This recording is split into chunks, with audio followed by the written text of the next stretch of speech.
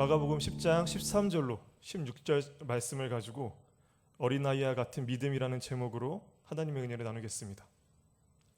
오늘의 본문을 보면 정말 많은 사람들이 이제 예수님의 만지심을 바라고 이제 어린아이들을 데리고 예수님께로 이제 데리고 오면서 막 몰려오고 있었는데 이제 제자들이 그 사람들을 이제 막으면서 꾸짖는 내용이 나오죠. 예수님께서 근데 그 모습을 보시고 분노하셨습니다. 그리고 제자들과 거기 있는 사람들에게 말씀하시죠. 어린아이들이 내게 오는 것을 용납하고 금하지 말라. 하나님의 나라가 이런 자의 것이니라. 그리고 정말 이어서 중요한 말씀을 하십니다. 내가 진실로 진실로 이르노니 누구든지 하나님의 나라를 어린아이와 같이 받들지 않는 자는 결단코 그곳에 들어가지 못하리라 말씀하십니다. 그리고 자신에게 낳아온 어린아이들을 또 안아주시고 그 아이들의 머리 위에 손을 얹어서 축복해 주시죠. 근데 여기서 정말 예수님께서 정말 중요한 사실을 우리들에게 말씀해 주시는데 그 사실은 누구든지 하나님의 나라를 어린아이와 같이 받아들이지 않는다면 결단코 하나님의 나라에 들어갈 수 없다라고 하신 말씀이죠. 그럼 여기서 예수님께서 말씀하신 어린아이와 같이 하나님 나라를 받아들인다는 이 말씀에서 이 어린아이는 거의 어떤 사람을 말씀하시는 걸까요? 우리가 이제 어린아이를 이제 생각해 봤을 때 이제 그런 이미지가 떠오르는 게 그냥 순수하고 선하고 순진하고 뭔가 무엇인가 그냥 고지고대로 받아들이고 그러니까 이런 이미지가 자연스럽게 연상이 되죠. 그래서 오늘 예수님이 말씀하신 이 어린아이 같은 믿음을 우리 역시도 선하고 순수하고 고지고대로 믿는 믿음 또 아니면 어린아이에 같이 이렇게 고지고대로 그런 받아들이는 믿음으로 설명하기도 하고 또 그렇게 우리가 생각하기도 하는데요.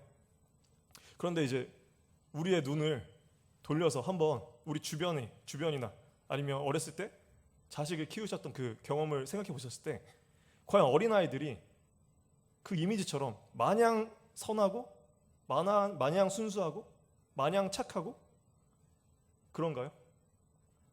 어떨 때 보면은 떼쓰고 개념 없을 때도 많고 버릇 없을 때도 많고 이기적일 때도 많고 질투가 정말 어른만큼 강하기도 하죠. 또 때로는 거짓말도 하고 남의 것을 훔치기도 합니다. 이런 것을 봤을 때 예수님께서 말씀하신 어린아이와 같다는 이 말은 앞서 말했던 것처럼 그냥 흔하게 착하고 선한 이미지의 어린아이를 말씀하신 거가 아니라는 걸 또 생각해 볼 수 있게 되죠. 그리고 또 오늘 본문에 뒤이어서 바로 누가 나오냐면 어떤 사람이 예수님 앞에 갑자기 무릎을 꿇고 나옵니다. 그러고 나서 예수님에게 질문을 하죠. 선한 선생님이여 내가 무엇을 하여야 영생을 얻으리이까? 이렇게 예수님께 질문을 합니다. 그때 예수님께서 그 사람을 보고 뭐라고 말씀하시냐면 네가 어찌하여 나를 선하다 하느냐 하나님 한 분 외에는 선한 이가 없느니라 이렇게 말씀하십니다. 예수님께서는 본인조차도 선하지 않다고 말씀하시죠. 예수님께서 하나님이 육체를 입고 오셨지만 피조물의 육체를 입고 오신 지금 본인조차도 선할 수 없다라고 말씀하십니다. 왜냐하면 모든 것의 창조주이시고 모든 것의 주인이신 오직 하나님만이 선할 수 있기 때문이죠. 하나님만이 온전하시고 하나님만이 홀로 자족하시고 완전하시기 때문입니다. 그래서 하나님만이 선할 수 있는 것이죠. 그러나 우리가 지금 사는 이 세상은 불완전하죠. 또 죄가 뒤덮여 있습니다. 그러니 그 안에서는 그 무엇도 선할 수가 없다는 것이죠. 그래서 우리가 지금 이 삶을 살아갈 때 늘 불완전하고 세상에서 어쩔 때는 길을 잃어서 어찌할 바 모르고 또 죄와 사망의 또 무거운 짐에 허덕이면서 살아가게 되는 것이죠. 바로 이것을 우리 현실이라고 말합니다. 현실의 삶이 그렇다는 거죠. 현실의 삶을 지금 살아가는 삶을 보면 정말 어려움 투성이죠. 힘든 거 투성입니다. 우리는 정말 매일매일 불안하고 매일 두렵고 또 육체는 아프고 또 직장에서 힘들고 또 가족들도 내 마음을 몰라주고 너무 외롭고 인간관계에서 상처받고 믿음의 삶을 살아가려고 이렇게 노력하지만 그럼에도 우리는 늘 흔들리며 살아갑니다. 그럼에도 삶에서 또 어려움에 힘들어하고 근심과 걱정에서 헤어나오기가 너무나 힘든 거죠. 그리고 또 우리를 정말 힘들게 하는 거는 우리의 앞날을 우리는 단 1초도 예측할 수 없다는 점이죠. 지금 앞날, 나의 앞날, 나의 자식의 앞날, 내 주변 사람들의 앞날, 부모님의 앞날, 그 앞날을 그 누구도 예측할 수 없고 알 수 없기 때문에 우리는 또 늘 불안할 수밖에 없는 것입니다. 이것들이 우리들, 인간이 가지고 있는 모든 사람들의 연약함을 만드는 원인이 된다는 거죠. 그래서 모든 사람의 연약함의 원인은 다 다르고 불안함은 다 다른 것입니다. 그리고 우리가 주변 사람들을 돌아보고 아니면 나를 또 돌아봤을 때 우리가 나의 연약함을 어떻게 우리는 해결하려 합니까? 어떤 사람들은 점을 보죠. 사주를 보기도 하고 뭐 타로를 보기도 하고 그렇게 이제 불안한 나의 미래를 어떻게 해서든 좀 알고 싶어 하죠.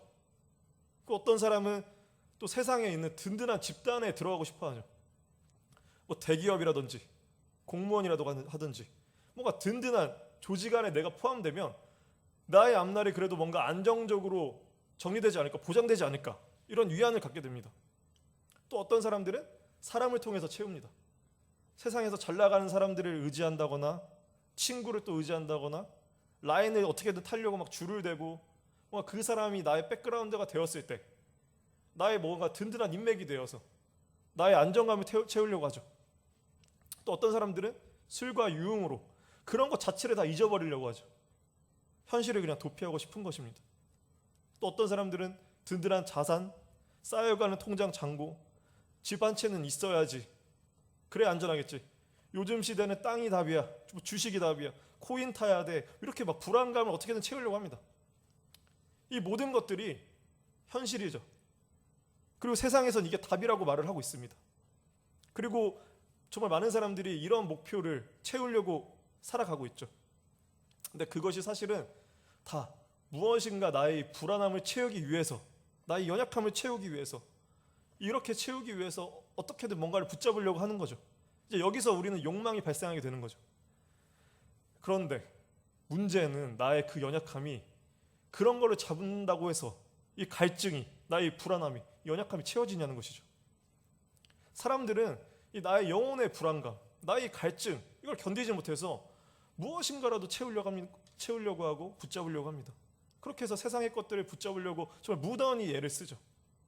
근데 다들 여기 있는 성도분들은 경험하셨듯이 그런 걸로 갈증이 안 채워진다는 거죠. 더 허무하고 더 큰 갈증을 얻게 되고 잠깐의 만족은 그 순간 있겠지만 금세 또 불안하고 우리는 또 흔들린다는 것이죠. 왜 그럴까요? 그것들은 결국 가짜이기 때문인 거죠. 사막의 신기루에 불과하다는 것이죠. 우리들과 지금 이 현실을 살아가고 있는 세상이 어디서 시작이 되었을까요? 모든 피조물이 과연 어디서 시작을 했을까요? 하나님이시라는 거죠. 우리가 진짜라고 지금 살아가고 있는 현실은 사실은 진짜이신 하나님에게서부터 생성된 다 피조물들이라는 거죠. 진짜의 모형일 뿐이라는 겁니다. 그래서 지금 사실 이 현실을 살아가고 있는 이 세상이 진짜라고 생각하는 것 자체가 우리가 가지고 있는 가장 큰 착각이라는 거죠. 지금 이 세상은 무너질 잠깐의 공간입니다. 성경에서는 썩어질 것이라고 하죠. 하나님이 계시는 그 나라야말로 진짜라는 것이죠. 그 나라야말로 썩어지지 않고 사라지지 않고 영원하신 나라, 그 나라 거기만이 진리고 거기만이 진짜라고 말씀하시는 거죠. 그래서 우리의 소망은 하나님의 나라에 들어가는 그것밖에 없는 것입니다. 그게 바로 구원이죠. 그럼 이게 과연 무슨 뜻일까요? 우리 모든 피조물들은 자연부터 우리 인간들부터 해서 이 모든 피조물들은 하나님이 없이는 늘 결핍될 수밖에 없다는 거죠. 늘 뭔가 부족할 수밖에 없다는 거죠. 이 모든 피조물들은 완전하신 하나님을 통해서만 안식할 수 있고 채워질 수 있고 우리의 모든 이 연약함, 두려움, 모든 아픔, 고통, 슬픔, 이 죄의 모든 부산물들은 우리를 만드신 우리에게 하나님의 생명을 불어넣어 주신 그 하나님 품 안으로 다시 들어갈 때야 그때만이 우리는 안전한 안식에 들어갈 수 있고 그 모든 부족함들이 채워질 수 있다는 것이죠. 그래서 예수님께서 이 땅에 오셔서 일관되게 하신 말씀이 무엇입니까? 하나님의 나라가 가까이 왔으니 회개하고 복음을 믿으라. 일관되게 하신 말씀이 그 말씀이죠. 이 말씀을 예수님께서는 요한복음 4장에서 사마리아 여인을 통해서 말씀하셨습니다. 이 물을 마시는 자마다 다시 목마르려니와 내가 주는 물을 마시는 자는 영원히 목마르지 아니하리라. 내가 주는 물은 그 속에서 영생하도록 솟아나는 샘물이 되리라. 예수님께서는 구원의 약속을 우리에게 계속 주시고 어떻게 해야 우리가 진짜로 살아갈 수 있는지 계속해서 말씀을 해주셨습니다. 그러나 로마서 1장 23절을 보면 이런 말씀이 있습니다. 썩어지지 아니하는 하나님의 영광을 썩어질 사람과 새와 짐승과 기어다니는 동물 모양의 우상으로 바꾸었느니라. 그러나 예수님께서 진리를 말씀해 주셨음에도 불구하고 우리 인간들은 자신의 연약함과 갈증을 하나님에게 돌아감으로써 채우려 하지 않고 다시 세상으로, 썩어질 지금에 있는 세상의 것들을 우상으로 삼아서 나의 하나님으로 삼아서 그렇게 살아가고 있다는 거죠. 지금 담임 목사님께서 수요일마다 이제 하시는 10가지 재앙에 대한 그 설교 말씀이 바로 이것입니다. 하나님께서 10번이나 걸쳐서 하나님께서 우리를 이끄셔도 우리는 하나님이 아니라 10번에 걸쳐서 각자의 욕망대로 각기 다른 자신의 신을 만들어서 그 신을 하나님 삼아서 그 욕망을 나의 하나님 삼아서 그렇게 진짜의 신 하나님을 거절한다는 것이죠. 그러니까 그런 삶에는 결코 그 굴레에서 벗어날 수가 없게 된다는 겁니다. 그러니 현실에 갇힌 사람들, 즉 어른의 눈으로 하나님 나라를 보는 사람들은 자연스레 그 시선이 이 현실 안에 갇혀 있을 수밖에 없다는 것이죠. 그렇다는 말은 오늘의 본문의 15절의 말씀처럼 어린아이와 같이 하나님의 나라를 받아들일 수가 없다는 말씀이죠. 이 어린아이와 같이 본다는 것은 이 현실의 눈을 벗어나서 제3의 눈, 우리가 흔히 말하는 정말 영의 눈, 그 눈을 통해서 우리가 도저히 볼 수는 없고 도저히 믿을 수 없는 그것을 믿을 수 있게 되는 눈, 인간은 결코 믿을 수 없는 그 일을 지금 하나님께서 이루고 계심을 볼 수 있는 그 눈을 말씀하시는 거죠. 그래서 가짜를 넘어서 진짜를 바라볼 수 있는 그 눈을 어린아이와 같이 바라본다고 말씀하시는 겁니다. 즉 예수님이 말씀하신 이 어린아이와 같이 하나님을 받들라 하신 말씀은 그냥 단순히 믿어라, 이 말씀을 뛰어넘는 말씀이라는 거죠. 이미 우리는 이 삶을 살아오면서 다 나의 생각과 나의 경험과 나만의 어떤 프레임 그리고 나만의 한계를 이미 만들어 버렸습니다.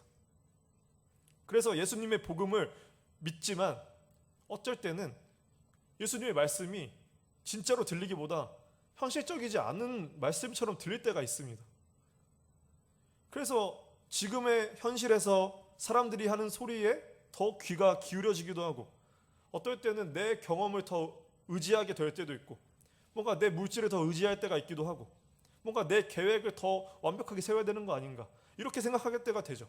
뭔가 예수님 말씀대로 살아가는 게 현실적이지 않다고 느껴질 때가 있기 때문입니다. 그런 현실의 한계의 벽을 깨지 못하고서는 결단코 하나님 나라에 들어갈 수 없다고 예수님께서 말씀하시는 것이죠. 예수님께서 이 말씀을 우리에게 겁주려고 하시는 말씀일까요? 결단코 못 들어간다, 이걸 우리에게 겁주려고 하시는 말씀일까요? 전혀 아니죠. 예수님이 우리 위해 죽기까지 하셨는데 우리에게 겁주실 이유가 무엇이 있겠습니까? 그게 전부 사실이고 그거 아니면 들어갈 수 없기 때문에 그 안타까움을 말씀하신 거죠. 어린아이의 눈으로 바라보지 못한다면 결단코 못 들어간다, 안타까움에 진리의 말씀을 말씀하시는 것이죠. 어른의 눈에는 모든 것이 한계투성입니다. 이미 만들어 버렸기 때문이죠. 그러나 어린아이의 눈에는 이런 한계가 없습니다. 어린아이의 상상력에는 한계가 없다는 거죠. 아이들의 눈은 어른들이 무시하죠. 동심의 눈, 뭔가 상상력의 눈, 현실적이지 않다고 말하기 때문에 무시할 때가 많습니다. 그래서 어른들은 아이들의 그런 시선들, 아이들의 그런 허무맹랑한 얘기를 들을 때 현실적이지 않다고 무시할 때가 많죠. 근데 그러나 정말 역설적이게도 오히려 하나님의 나라는 정말 그런 어린아이와 같이 바라볼 때만 볼 수 있다고 말씀하시는 거죠. 그런 면에서 우리는 어린아이 신앙과 어린아이와 같은 신앙에 차이점이 있습니다. 우리는 이미 다 어른입니다. 이미 다 어른이고 우리만의 다 프레임이 만들어졌습니다. 그런데 우리가 그것들을 다 깨고 다시 어린아이와 같이 영의 눈으로 이 현실을 뛰어넘어서 하나님 나라를 볼 수 있게 되어져야 하는 것, 그것을 어린아이와 같은 믿음으로 말씀하시는 건데, 아까 말씀드린 것처럼 어른의 눈으로 볼 때는 하나님이 계심이 가짜죠. 예수님의 죽으심, 예수님의 부활하심이 가짜입니다. 세상에서는 믿지 않잖아요. 가짜라고 말하죠. 그리고 앞으로 우리가 다시 하나님의 나라에 들어갈 것, 이것도 가짜죠. 지금 우리가 사실 믿고 있다고 하는 것들을 곰곰이 생각해 보면 인간이 도저히 믿을 수 없는 것입니다. 우리는 인간들이 믿을 수 없는 것들을 믿고 있는 것이죠. 이 믿음은 단순히 쉽게 교회 몇 년 다녔다고 해서, 성경 좀 봤다고 해서 그렇다고 믿을 수 있는 것들이 아니라는 것이죠. 그러나 예수님께서 말씀하신 이 어린아이 같은 눈으로 볼 때는 세상이 가짜라고 말하는 그것이 진짜임을 볼 수 있게 된다라고 말씀하시는 겁니다. 그렇다면 도대체 이 눈을 우리가 어떻게 가질 수 있을까요? 우리 스스로는 절대 가질 수 없다는 거죠. 오직 하나님의 은혜로만, 하나님의 선물로만, 하나님의 능력으로만 우리가 가질 수 있게 됩니다. 우리가 스스로 가질 수 있다면 예수님께서 이 세상에 왜 오셨겠습니까? 우리 인간은 스스로 볼 수도 없고 이해할 수도 없고 깨달을 수도 없는 것이기 때문에 예수님께서 직접 오신 것이죠. 그래서 이런 질문을 니고데모가 한번 한 적이 있습니다. 요한복음 3장 4절을 보면 니고데모가 사람이 늙으면 어떻게 다시 날 수 있겠습니까? 두 번째, 모태에 들어갔다가 날 수 있사옵나이까? 이렇게 질문을 하죠. 그래서 예수님께서 그 니고데모에게 이렇게 대답을 하십니다. 내가 진실로 진실로 내게 이르노니 사람이 물과 성령으로 나지 아니하면 하나님 나라에 들어갈 수 없느니라 말씀하십니다. 그럼에도 불구하고 니고데모는 이해를 못하죠.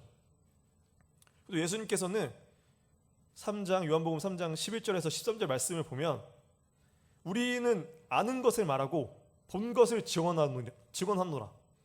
내가 땅의 일을 말하여도 너희가 믿지 아니하거든. 하물며 하늘의 일을 말하면 어떻게 믿겠느냐. 하늘에서 내려온 자, 곧 인자 외에는 하늘에 올라갈 자가 없느니라 이렇게 말씀하십니다. 그래서 모든 인간이 사실은 하나님의 나라를 보지 못하는 이유가 여기 있습니다. 하나님의 나라를 본 유일한 사람은 예수님밖에 없기 때문이죠. 예수님 외에는 아무도 볼 수가 없는 것이고 알 수가 없는 것이기 때문입니다. 즉 세상의 사람들이 하나님의 나라를 믿지 못하는 것은, 또 인정하지 못하는 것은 오히려 아주 당연한 얘기라는 거죠. 예수님 외에 우리를 포함한 그 모든 사람은 사실 하나님의 나라를 그 누구도 본 적이 없고 알 수도 없었기 때문입니다. 그래서 예수님께서 직접 육신으로 오셔서 우리에게 이 사실을 알려주신 것입니다. 너희들은 보지 못하지만 사실은 이 현실 너머에 지금 하나님의 나라가 완성이 되고 있다. 그러나 너희들이 말을 해도 아무리 말을 해도 도저히 믿지를 못하는구나. 내가 지금 땅에서 일어나는 이 하나님의 일을 말해도 믿지를 못하는데 정말 영적으로 일어나고 있는 이 하나님의 일을 너희들이 도대체 어떻게 믿을 수 있겠느냐, 이 말씀을 하시는 거죠. 그래서 예수님께서 내가 그 메시아다 라고 하시면서 기적을 보여주시고 그 메시아의 증거를 다 이루시고 하신 이유가 믿을 수 없는 것을 믿게 하시기 위함이었죠. 그리고 또 예수님께서는 이 성경 말씀을 보시면 하나님의 나라를 설명하실 때 늘 비유나 어떤 이야기로 말씀을 해주십니다. 바로 하나님께서 우리에게 주신 상상력, 또 이제 어린아이 같은 눈으로만 우리가 이해할 수 있는 것이라는 거죠. 그렇게 예수님께서 직접 모셔서 우리의 눈높이에 맞춰서 우리의 언어로, 우리의 상상력을 통하여서 비유로 그렇게 우리에게 그 사실을 말씀해 주지 않으셨다면 우리는 지금까지도 하나님의 나라를 알 수 없고, 또 우리가 이 성경을 통해서 기록이 되어 있지 않다면 우리는 지금도 그거를 모르고 살아갈 수밖에 없죠. 그렇다면 우리 인류는 정말 아직도 이 사실을 모르고 있었을 것이라는 거죠. 정말 소망도 희망도 구원도 우리가 앞으로 어떻게 가야 할 방향도 모르고 정말 똑같이 그냥 불안하게 세상 사람들과 똑같이 정말 계속 이 타는 듯한 갈증을 해결할 수 없고 그냥 그렇게 살다가 죽고 구원이 없는 채로 죽어버릴 수밖에 없게 되는 운명이었다는 거죠. 그러니 지금을 살아가는 우리가 얼마나 큰 은혜에 살아가는 것일까요? 성령님을 통해 우리의 옛사람은 예수님의 십자가와 함께 다 못 박아 우리 옛사람 다 죽어야 합니다. 그리고 물과 성령을 통하여서 새 사람이 되어야만 하는 것이죠. 그것만이 우리가 이 세상에서 현실의 벽을 넘어 어린아이와 같은 믿음을, 어린아이와 같이 하나님 나라를 받아들일 수 있는 그 믿음을 가능케 한다는 거죠. 그러나 예수님께서는 모든 사람이 자기 스스로 절대로 그 단계에 스스로 올라갈 수 없다는 걸 누구나 잘 알고 계셨습니다. 자신의 능력으로, 공로로, 뭐 어떤 봉사로, 돌을 닦는 걸로 그 무엇으로도 그 단계에 올라갈 수 없는 것을 예수님께서는 누구보다 잘 알고 계셨습니다. 그래서 우리에게 방법을 알려주셨죠. 그 말씀은 마태복음 7장 7절의 말씀처럼 구하라 그리하면 너희에게 주실 것이요 찾으라 그리하면 찾아낼 것이요 문을 두드리라 그리하면 너희에게 열릴 것이니. 말씀하신 것처럼 우리가 할 것은 오직 하나님께 은혜를 구하는 방법밖에 없습니다. 그 은혜가 아니고선 우리는 결코 받을 수가 없습니다. 이것이 오늘 본문에 담겨져 있죠. 오늘 본문의 13절 말씀을 보시면 사람들이 예수님께 바라고 온 것이 무엇이 있습니까? 그들이 예수님께 바랬던 것이 무엇이 있습니까? 오직 한 가지, 만져주심 하나 바라고 나왔습니다. 예수님의 손길 한번 바라고 나왔기 때문에 예수님께서는 그들의 모습을 보시고 하나님의 나라가 이런 자들의 것이다 라고 말씀하셨죠. 왜냐하면 제자들은 다 아직까지도 자신들의 그 프레임, 자신들의 욕망, 자신들의 한계, 자신들의 현실의 눈에 갇혀서 사실은 예수님이 하시는 목적을 아직 이해하지 못하고 있었기 때문이죠. 그러나 성경에서 보면 예수님께 부르짖는 사람들, 오히려 눈이 먼 사람들, 죄인들, 세리들, 그 사람들은 다른 거 바라는 게 없었습니다. 다 예수님의 손길 한번 바랬던 사람들이죠. 그래서 예수님께서 그들에게 구원이 있다고 말씀하신 거죠. 그 말씀처럼 우리는 사실 예수님의 만져주심 바라는 것, 우리가 이 세상을 지금 이 현실을 살아가고 있지만 그것을 넘어서 우리의 시선을 오직 하나님을 향해 하나님만 바라보면서 늘 하나님의 만져주심만을 그 바라는 삶, 늘 하나님을 향해 나아가려고 정말 부단히 노력하는 그 삶, 그 삶으로 살아갈 때 오늘 본문의 16절의 말씀처럼 예수님께서 우리들을 안아주시고 우리를 만져주시고 우리를 위해 축복하여 주시고 그 경험을 할 수 있게 된다는 것이죠. 그것보다 좋은 게 없다는 것을 성도분들도 다 경험하셨을 것입니다. 그것보다 날 자유롭게 하는 게 없다는 것이죠. 그 경험이 지금 이 시간 이 자리에 성도분들이 이끄셨다는 거죠. 하나님께서 이 자리에 이끄신 바로 은혜 덕분에 이 자리에 나왔다는 거죠. 내가 이 자리에 나온 것이 아닙니다. 예수님이 하셨다는 거죠. 우리는 순종했을 뿐입니다. 정말 계속해서 성도 여러분들의 삶의 여정에서 정말 우리는 기도하고 노력하지만 계속해서 현실의 한계, 나의 믿음의 한계, 육신의 연약함, 그런 것들이 우리를 가립니다. 하지만 그것을 다 하나님께 내어놓고 오직 겸손함으로 하나님의 손길만을 구하고 바라시고 또 그렇게 하나님의 손길을 경험하셔서 정말 하나님의 나라를 어린아이와 같이 바라보시는 정말 성도 여러분들이 되시기를 간절히 바라면서 이 시간 한 가지를 놓고 기도하겠습니다.